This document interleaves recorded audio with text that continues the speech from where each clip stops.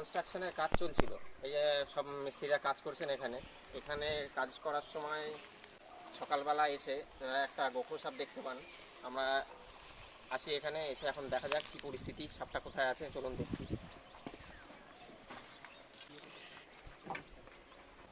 সাপটা কোন জায়গায় আছে? ওই কর্নারে কোন জায়গাটা? বস্তাটা এইখানটায় বস্তার তলায়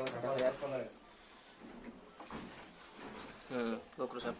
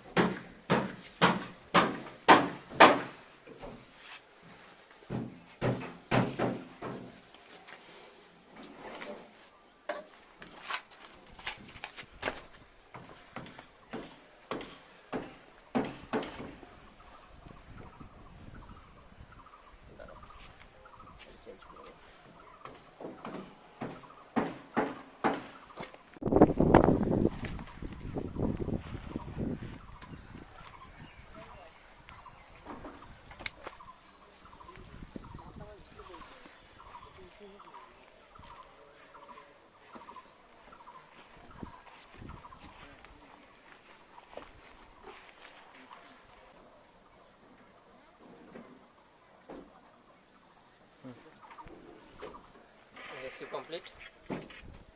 চলো, সাপটাকে এনারা মারেননি, অসংখ্য ধন্যবাদ।